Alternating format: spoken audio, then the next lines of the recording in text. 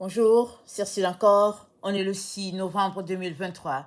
Alors, je viens sur la trompette aujourd'hui encore et je viens proclamer le retour de notre Seigneur Jésus-Christ. Amen et alléluia, soyons tous bénis, soyons remplis de sa joie. Amen. Chaque jour, Dieu a espoir en toi. Amen. Chaque jour que Dieu te donne, il a espoir en toi. Il a espoir que tu reviennes de ta mauvaise voie pour le suivre. Ou bien il a espoir que tu te détournes de ce péché qui te prive de ses grâces pour que il n'y ait pas cet écart entre Dieu et toi. Chaque jour, il espère que tu vas embrasser parfaitement sa volonté pour toi. Amen. Et ça dépend de toi. Allons-y lire Matthieu 7, le verset 15. Gardez-vous des faux prophètes. Ils viennent à vous en vêtements de brebis, mais au-dedans, ce sont des loups ravisseurs. Vous les reconnaîtrez à leurs fruits. Cueille-t-on des raisins sur des épines ou des figues sur des chardons? Tout bon arbre porte de bons fruits, mais le mauvais arbre porte de mauvais fruits. Un bon arbre ne peut porter de mauvais fruits, ni un mauvais arbre porter de bons fruits. Tout arbre qui ne porte pas de bons fruits est coupé et jeté au feu. C'est donc à leurs fruits que vous les reconnaîtrez. Amen. Vous reconnaîtrez les faux prophètes à leurs fruits. Mais toi aussi, on te reconnaît à tes fruits. Quel type d'enfant de Dieu es-tu? Un vrai enfant de Dieu? Tes fruits vont le témoigner. Un faux enfant de Dieu, tes fruits vont le témoigner. Parce que chaque jour, Dieu renouvelle ses grâces, sa bonté, pour que chacun sur la terre puisse se changer. Et mieux encore, si tu le connais, tu ne peux demeurer dans ces choses qu'il déteste. Alors l'enseignement de notre Seigneur, ici, c'est pour ouvrir les yeux du peuple sur les faux prophètes. Mais c'est un enseignement pour tout un chacun. Alors, le faux prophète, quand il vient, il a une intention. C'est pour te détourner du chemin étroit, afin que tu embrasses la voie spacieuse. C'est ça, le faux prophète, il est là pour ça. Il te tend des pièges pour te faire tomber. Et toi, ta responsabilité, c'est de voir qui est cet homme et cette femme et de te tenir loin de la personne. Mais aujourd'hui, on va regarder un volet plus intime. C'est d'appliquer ce passage-là à ta propre personne. Quels sont les fruits que tu produis? On l'a déjà vu dans la vidéo, je pense d'avant-hier, sur les fruits que chacun est appelé à produire. Et les fruits que Dieu attend de chacun d'entre nous, c'est que le fruit de la repentance soit vu en chacun. Si tu es un enfant de Dieu qui t'est repenti, ta vie va refléter que tu t'es repenti. Tu ne peux pas t'être repenti. Tu ne peux pas t'être détourné des voies que Dieu n'aime pas et on te verrait encore pratiquer ces mêmes choses. Tu ne peux pas. Et cela va jusqu'au plus petit détail. Souvent, en gros, devant les gens, on essaie d'observer la droiture. Mais quand on est en secret, loin des regards des autres, alors on essaie de se laisser aller dans nos vices. Mais le bon fruit, il est observé même dans les endroits ténébreux, alors que personne ne te voit. Dans ton intimité, dans tes quatre murs, personne ne te voit. Dieu te voit. Le Seigneur te voit. L'Esprit de Dieu te voit. Les témoins de l'autre côté te voient. Les anges te voient. Tu es vu et tu es noté par ceux-là qui rendent compte à Dieu. Alors notre Dieu nous dit, tout bon arbre porte de bons fruits, mais le mauvais arbre porte de mauvais fruits. C'est-à-dire, tu ne peux jamais dire que cette poire est tellement bonne, mais le poirier n'est pas bon. Tu ne peux pas le dire, tu ne pourras jamais le dire. Si la poire est succulente, c'est que le poirier l'est. Si l'orange est succulente, c'est que l'oranger l'est. Alors, on reconnaît la valeur d'un arbre à ce qui sort de cet arbre-là. On reconnaît la valeur de l'arbre. Et dans Matthieu 7, le verset 18, c'est dit, un bon arbre ne peut pas porter de mauvais fruits, ni un mauvais arbre porter de bons fruits. Et ce que Dieu a pour nous aujourd'hui, tout arbre qui ne porte pas de bons fruits sera coupé et jeté au feu. C'est ça la partie dure sur laquelle on n'insiste pas assez dans la maison de Dieu. Tout arbre qui ne porte pas de bons fruits sera coupé et jeté au feu.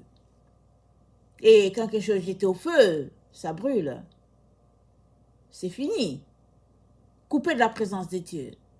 Donc, tu es un arbre et tu es appelé à porter du bon fruit pour ne pas être jeté au feu. Et ça, c'est un devoir pour tout un chacun à chaque jour. Voilà pourquoi, à chaque jour, Dieu a espoir en toi. Il espère que tu changeras afin que tu ne sois pas coupé. Dans Matthieu 3, le verset 10, voilà ce qui est dit. Déjà la cognée est mise à la racine des arbres. Tout arbre qui ne produit pas de bons fruits sera coupé et jeté au feu. Quel est le type de fruit que tu produis? Produis-tu des bons fruits qui servent à l'avancement du règne de Dieu? Ou bien les fruits qui sortent de toi sont-ils tout simplement du type des épines et des ronces? Quels sont les fruits qui sortent de toi? Parce que les épines, les ronces, c'est les fruits qui sortent de certains arbres. Dans les endroits désertiques, ce qu'ils ont comme fruits, c'est des épines. C'est des épines, c'est tout. Et ce sont des fruits des arbres. Et ton Dieu, ton Créateur,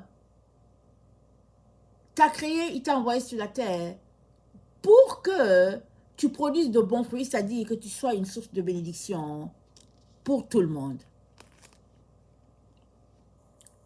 Et le plan de Dieu demeure. Tout arbre qui ne produit pas de bons fruits sera coupé et jeté. La parole y a sorti et elle ne manquera pas de se réaliser. Même si tous les jours tu viens devant Dieu pour lui dire, Seigneur, je t'aime et tu es mon tout. Et après tu quittes de là, tu t'auras produit des mauvais fruits, tu seras coupé. Alors Dieu s'attend à ce que le changement se produise dans ta vie. Et la voie pour que ce changement soit, pour que les bons fruits demeurent à tout temps, se trouve dans Jean 15. Le Seigneur nous dit, au verset 5, « Je suis le cep, vous êtes les sarments. Celui qui demeure en moi et en qui je demeure porte beaucoup de fruits. »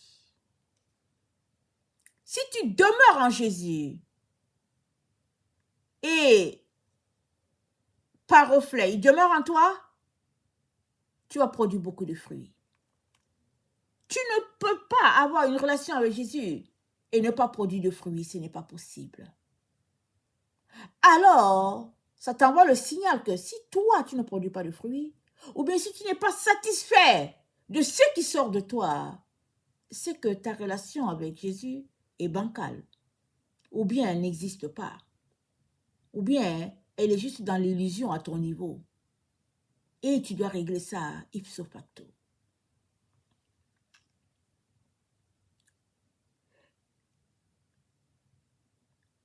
Si quelqu'un ne demeure pas en moi, il est jeté dehors, comme le sarment, et il sèche.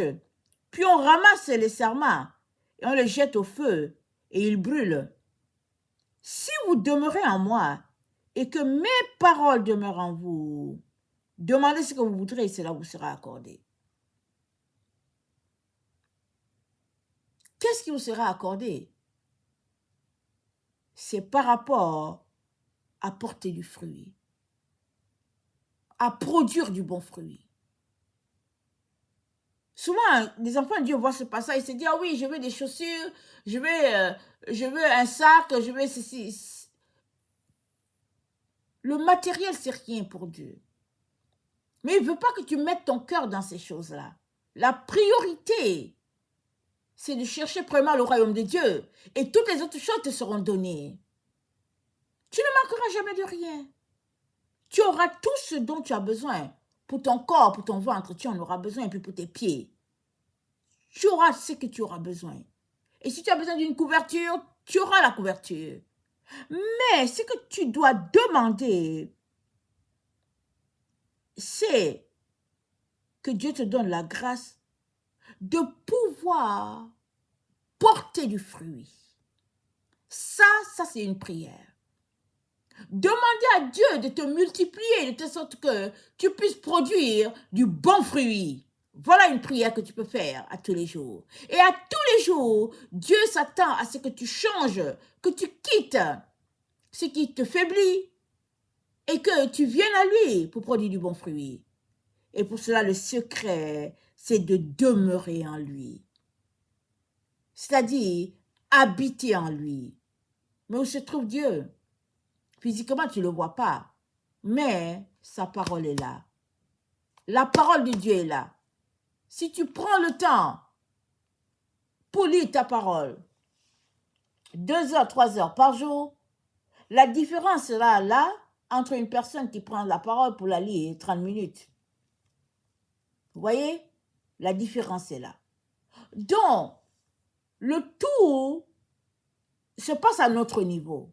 Le combat que nous devons gagner, c'est le combat de soumettre notre volonté à ne pas se laisser distraire et à garder le focus dans la parole de Dieu, en train de la lire, en train de chercher à la comprendre, en train de la scruter, en train de faire des études pour comprendre tel mot, tel passage. Et il dit, demandez ce que vous voudrez et cela vous sera accordé. Demande donc que le Seigneur te donne de produire des fruits. Parce que si tu n'en produis pas, tu seras coupé et jeté dans le feu. Et ce serait fini pour toi. Une fois que tu es coupé, que tu es jeté, c'est fini.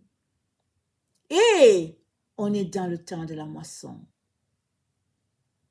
Alors, on connaît cette parabole concernant le sarment. Et puis, pas le sarment, connaissant l'ivraie et puis le blé. On connaît bien ce passage. Et dans ce passage, la parabole que Jésus a donnée, l'ivraie a poussé en même temps que le blé. Les serviteurs ont vu ça, ils ont dit au maître, mais on va le couper parce que ça empêche le blé de s'épanouir. Et le maître a dit, non, non, non, si vous les coupez ensemble, vous pouvez aussi couper le blé. Vous allez couper par inadvertance, vous pouvez couper le blé. Donc, laissez-les. Et à la moisson, l'ivraie sera ôtée. Et le blé continuera son chemin. Aussi, le fait que l'ivraie soit là à côté du blé, il aide le blé. Parce que le blé voit que l'ennemi est là. Il voit que la personne qui l'imite est juste là à côté. Et il se bat pour s'épanouir. Or, Dieu ne veut pas que toi tu sois coupé. Voilà son amour, sa miséricorde. Dieu prend tellement soin de toi qu'il ne veut pas que tu sois coupé. Et il te demande, ne t'occupe pas de l'ivraie. Ne te concentre pas à savoir qu'est-ce que l'ivraie est en train de faire. Où est-ce qu'il a mis ses tentacules? Non, non, non, sors de là. Concentre-toi à lire ta parole, à décortiquer qu'est-ce que Dieu est en train de dire. Concentre-toi à chercher sa face, à pleurer devant lui pour qu'il te change. Concentre-toi là. Demande ce que tu voudras là.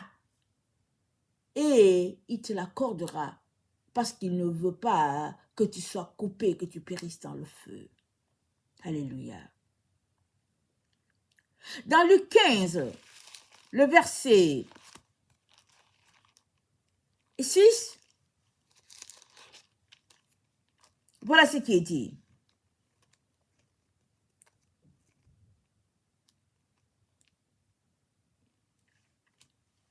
Luc 15.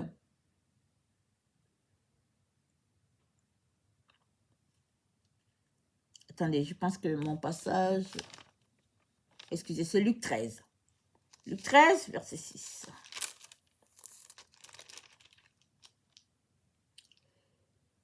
Il dit aussi cette parabole. Un homme avait un figuier planté dans sa vigne. Il vint pour y chercher du fruit et il n'en trouva point. Alors il dit au vigneron, voilà 3 ans que je viens chercher du fruit à ce figuier et je n'en trouve point. Coupe-le. Pourquoi occupe-t-il la terre inutilement? Le vigneron lui répondit, Seigneur, laisse-le encore cette année. Je creuserai tout autour et j'y mettrai du fumier. Peut-être l'avenir donnera-t-il du fruit, sinon tu le couperas. Nous savons que notre Père est le vigneron. Mais ici, le vigneron, c'est tout enfant de Dieu qui est prêt à prier, à sarcler, à nettoyer autour du figuier pour qu'il puisse produire du fruit. Dieu compte sur tous ces enfants-là qui sont matures. Il s'attend à ce qu'ils puissent prier pour les autres pour qu'ils puissent donner du fruit. C'est une équipe, c'est une famille. Une famille qui marche dans la lumière sont les principes de Dieu.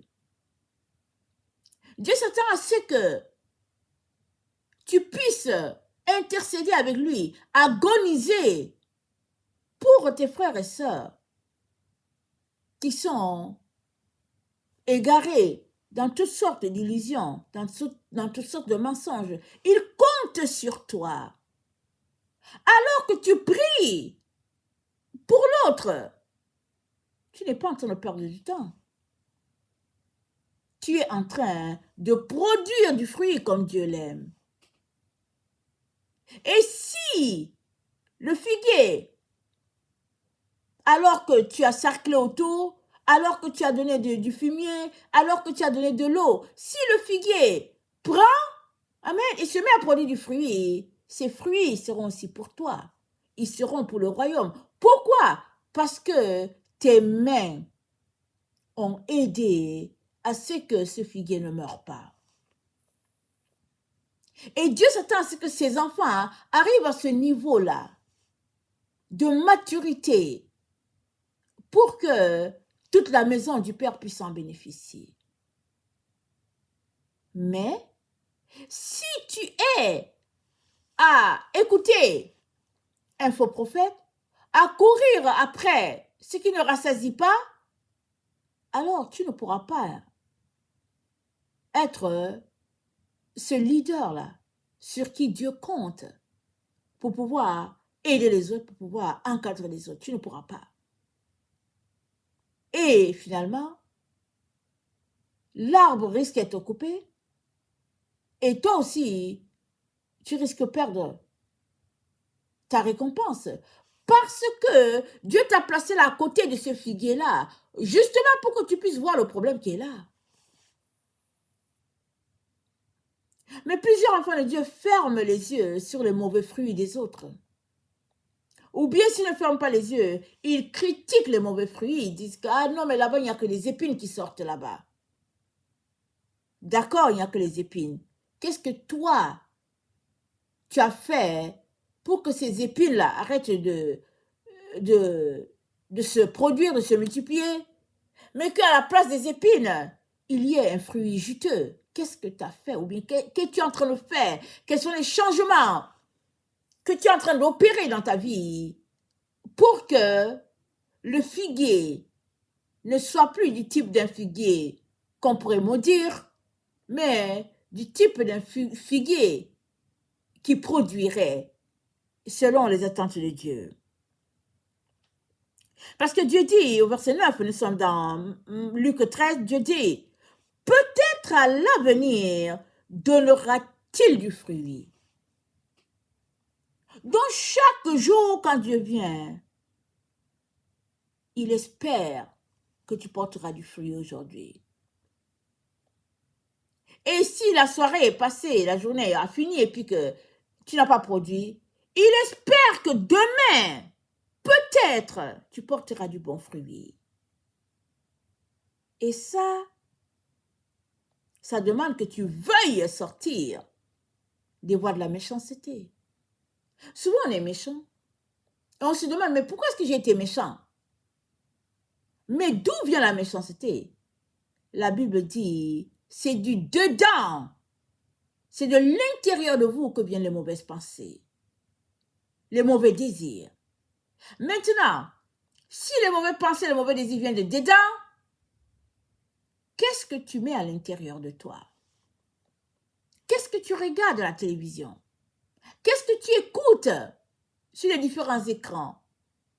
D'où vient ta source de méchanceté? Vas-y la toucher. D'où vient-elle? Vient-elle de ta famille? As-tu grandi avec? Vas-y à l'origine. Va tirer cela dans toute sa racine.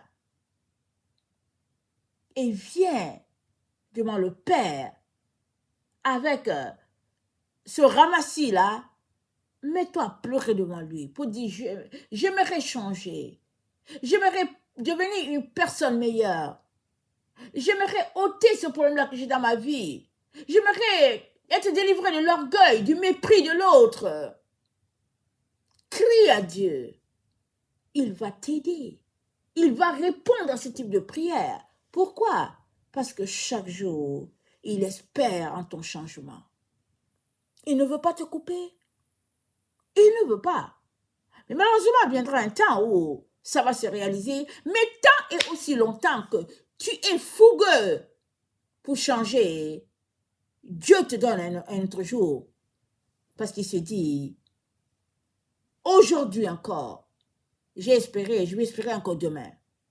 Et une fois que tu te mets à ce changement, alors le nombre de tes jours vont augmenter sur la terre. Des jours à l'infini. Parce que nous sommes dans cette période-là où l'humanité est en train de passer notre temps au temps qui ne finira jamais. Alors, le fait de couper l'arbre pour qu'il soit brûlé n'est pas vraiment la volonté du Père, c'est-à-dire sa volonté parfaite. Lui, il veut que tu changes. Il espère à ton changement. Mais vient tout simplement que sur cette terre, il y a des autorités qui sont là, sur la terre. Je ne parle pas des autorités politiques, je parle des autorités spirituelles, qui sont là, qui demandent souvent que l'arbre soit coupé parce que la personne a trop exagéré. On a le cas de Nebuchadnezzar dans Daniel 4. Alors, le roi Nebuchadnezzar, c'est lui qui donne son témoignage. Je vous encourage à lire Daniel 4. Il dit, Daniel 4, verset 4, moi, Nebuchadnezzar, je vivais tranquille dans ma maison et heureux dans mon palais. J'ai eu un songe qui m'a effrayé. Les pensées dont j'étais poursuivi sur ma couche et les visions de mon esprit me remplissaient d'épouvante. J'ordonnais qu'on fît venir devant moi tous les sages de Babylone, afin qu'ils me donnassent l'explication du songe. Alors vinrent les magiciens, les astrologues, les chaldéens, les devins. Je leur dis le songe, et ils ne m'en donnèrent point d'explication. Donc voilà. Finalement, c'est Daniel qui lui a donné l'explication. Et Daniel est venu devant le roi. Il a dit,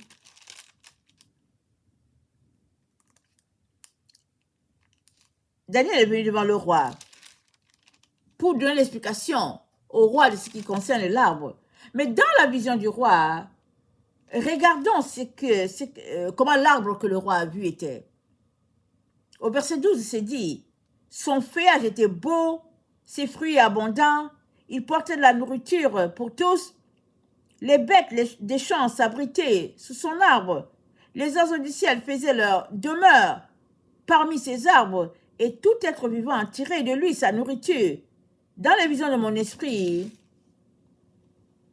que j'avais sur ma couche, je regardais, et voici, un de ceux qui veillent et qui sont saints descendit des cieux. Il cria avec force et parla ainsi, abattez l'arbre et coupez ses branches, secouez le feuillage, dispersez les fruits, que les bêtes fuient de dessous et les oiseaux du ciel de ses branches, mais laissez en terre le tronc où se trouvent les racines et liez-le avec les chaînes de fer et d'airain parmi l'herbe des champs, qu'il soit trempé de la rosée du ciel, qu'il soit trempé de la rosée du ciel et qu'il ait, comme les bêtes, l'herbe de la terre pour le partage. Son cœur d'homme lui sera ôté et un cœur de bête lui sera donné, et 7 ans passeront sur lui. Cette sentence est un décret de ceux qui veillent. Cette résolution est un ordre des saints, afin que les vivants sachent que le Très-Haut domine sur les règnes des hommes et qu'il le donne à qui il lui plaît et qu'il élève le plus vil des hommes. Donc voilà, on a vu que l'arbre avait un beau feuillage. Il nourrissait plein de personnes. Les oiseaux étaient là, les humains étaient là, les animaux. Beaucoup de gens étaient sous cet arbre. Mais selon la sentence des saints, selon leur verdict, cet arbre devait être coupé. Pourquoi? L'arbre était orgueilleux. Il n'honorait pas Dieu. Donc, porter du fruit, ce n'est pas en fonction de ce que tu crois être bon fruit ou pas. Porter du bon fruit, c'est en fonction de ce que Dieu a établi comme bon et mauvais. Alors, si tu es quelqu'un de prospère ici sur la terre et que tes affaires marchent et beaucoup de gens s'abritent à ton arbre, mais que tu pratiques la méchanceté, alors ton arbre est un mauvais arbre. Et si tu ne te répands pas, il sera coupé et jeté dans le feu. Dans le cas de Nebuchadnezzar, l'arbre a été coupé et 7 ans le roi a vécu parmi les bêtes et la raison lui revint. Et quand la raison lui revint après 7 ans, il a loué le Seigneur pour dire, c'est le Dieu de Daniel qui est le vrai Dieu. Et il a demandé que les gens puissent adorer le vrai Dieu. Il a dit que désormais, c'est le Dieu de Daniel qui est le vrai Dieu. Mais avant que cette sentence des saints tombe, punissant le roi Nebuchadnezzar pensait qu'il était Dieu lui-même. Il était arrogant. Et il parlait en termes de moi. Il ne laissait pas place au Dieu d'Israël. Mais quand il est passé par cette punition de Satan, loin de la face des humains, il a compris que lui, il n'est que la créature de Dieu et qu'il ne peut tenir tête à Dieu et qu'il est appelé à s'abaisser devant le Créateur de tout l'univers. Alors, la même sentence, la même chose qui est arrivée à Nebuchadnezzar arrive à tous les jours. Ça arrive, on n'est pas au courant de tout ce qui se passe. Dieu, il abaisse l'un, il élève l'autre, il fait ce qu'il veut. Mais pour toi qui es son enfant, il te met en garde, il te dit, range ta vie. Examine tes fruits. Est-ce de bons fruits? Alors continue d'en produire. Est-ce de mauvais fruits? Alors répands-toi. Répands-toi.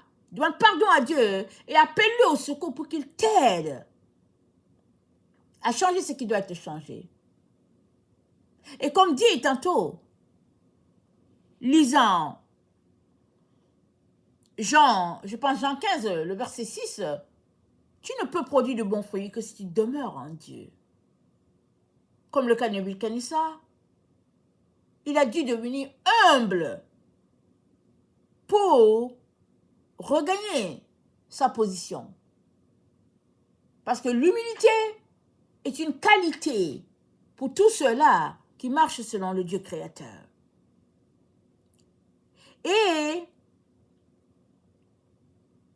en tant qu'enfant de Dieu, tu devrais avoir chaque jour le désir d'être humble devant Dieu. D'être son serviteur qui lui est dévoué. Que ton désir le plus ardent, ce soit de plaire à Dieu et de produire du fruit et du bon fruit. Que ce soit ça le désir de ton cœur. Et si c'est ça, Dieu va t'aider à produire ce qu'il attend de toi. Parce qu'il ne veut pas te couper. Il ne veut pas. Prends ce message au sérieux. Parce qu'on est dans les temps de la moisson. Les temps sont épuisés. Beaucoup pensent qu'ils ont encore le temps. Beaucoup pensent qu'ils ont le temps de passer leur retraite, leur compte en banque. Non! Les choses vont changer drastiquement un matin. Un matin! Vous serez juste saisi d'épouvante parce que tout a changé. T'es-tu préparé? On est dans le temps où les vrais enfants de Dieu doivent s'élever et apporter la récolte dans la maison. Dans le temps d'Apocalypse 14, je pense à partir du verset... attendez, on va regarder, je vais vous donner la référence pour votre temps de lecture. Apocalypse 14, à partir du verset 14, c'est ça, ce temps la moisson. Beaucoup seront moissonnés. Et il y en a qui seront moissonnés et puis qui seront dans le feu. Il y en a qui seront moissonnés, qui iront se reposer. Et il y a d'autres qui resteront sur cette terre jusqu'à ce que Jésus-Christ vienne. Et le feu de produit du fruit est un élément crucial pour la sélection de notre Dieu. On l'a vu dans le cas du roi païen. C'est dit que les gens mangeaient là-bas, les oiseaux, les animaux, les humains. Ça dit, il bénissait beaucoup de gens. Mais il avait un problème d'orgueil. Et pour qu'il puisse encore bénir plus, la sentence était... Il n'y a pas autre chose qui peut sortir de là tant que le problème de l'orgueil n'est pas réglé. Il ne pourra pas produire des fruits comme Dieu veut. Tout ce qui reste, c'est qu'ils deviennent à l'état d'animal. Et là, quand il reviendra de là, voilà, il y aura des bons fruits. Et l'histoire de Nebuchadnezzar nous le prouve. Mais Dieu ne veut pas cela pour toi jusque-là. Il ne veut pas. Il ne te veut aucun mal. Et il t'aime tellement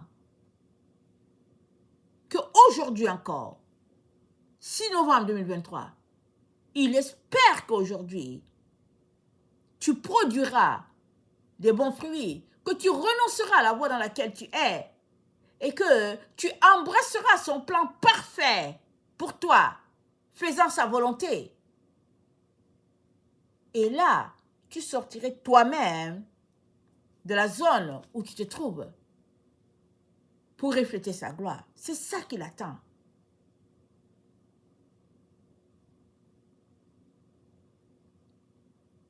Prends cette décision, mon frère, ma soeur. Reviens de ta voie d'égarement, ta voie d'illusion, la voie qui te fait croire que tu es arrivé, que tout est bien pour toi. Sors de là, sors de là. Appelle Dieu au secours. Il viendra. Et il te donnera tout ce dont tu as besoin pour que la sève qui sorte de toi soit une bonne sève et de là, des fleurs, des fruits et lesquels seront différents de ce que tu produisais par le passé.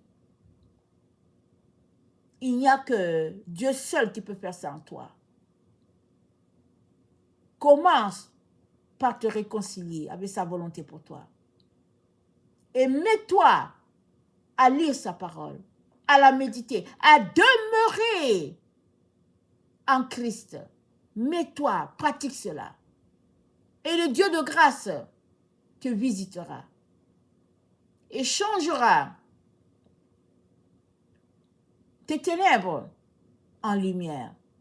Il fera de toi un pilier dans sa maison, dans son temple, comme il le dit.